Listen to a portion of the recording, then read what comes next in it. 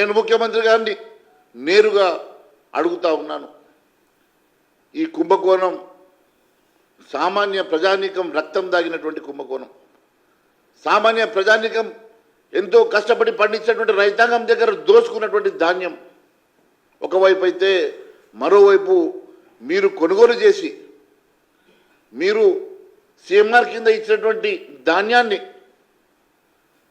Billing చేసి మనకు return ఇవ్వకుంటే ఆ కోట్ల రూపాయలకు ఈ ప్రభుత్వం వడ్డీ కడుతున్న మాట వాస్తవం కాదా? మరి మీ స్టాకు రైస్ మిల్లర్ దగ్గర ఉంటే ప్రభుత్వం ఎందుకు వడ్డీ కట్టాలి?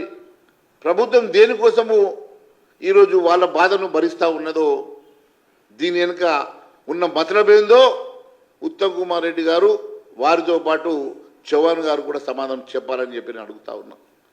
చౌహాన్ గారికి ఫోన్ చేస్తే బాధ అవుతుండొచ్చు, కానీ ఏ రోజైనా కూడా మహేశ్వర్ రెడ్డి ఫోన్ చేస్తే తన స్వార్థం కోసం ఎప్పుడు కూడా ఫోన్ చేయడు.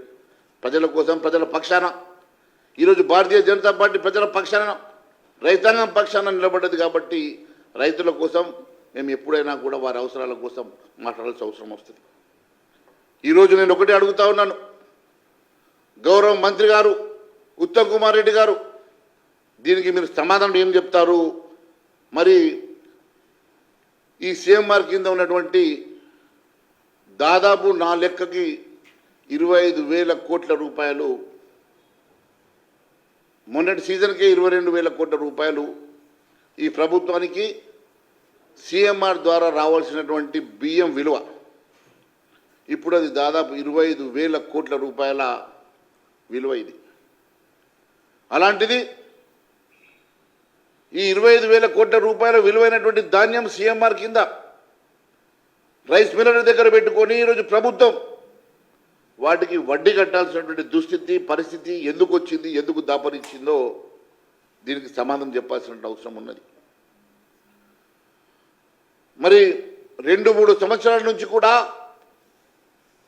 కేవలం మనం ధాన్యం ఇవ్వడమే కానీ అక్కడి నుంచి ఇన్ టర్న్ వాళ్ళు రైస్ సీఎంఆర్ ఇవ్వని రైస్ మిల్లు ఎన్ని ఉన్నాయి?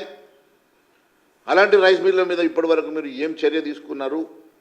మరి ఇన్ని లక్షల మెట్రిక్ టన్నులు ఇంత జాప్యం జరిగినా మిల్లర్ల నుండి మీరు కనీసం కేసులు పెట్టడమో, లేకుంటే వాళ్ళని డిఫాల్టర్ కింద పెట్టడమో, లేకుంటే వారికి జరిమానా విధించడమో చేశారా? ఎస్, అఫీషియల్గా జరిమానా విధించలేకున్నా రసీదు లేని జరిమానా విధించినట్టుగా నాకు ఇన్ఫర్మేషన్ ఉన్నది. జరిమానా విధించిన కానీ దానికి రసీదు ఇవ్వలేదట. ఇది 450 కోట్ల రూపాయలు రైస్ మిల్లను అందరూ జమ చేసి వారి దగ్గర ఉన్నటువంటి ఈ సీఎంఆర్ రైస్కి బదులు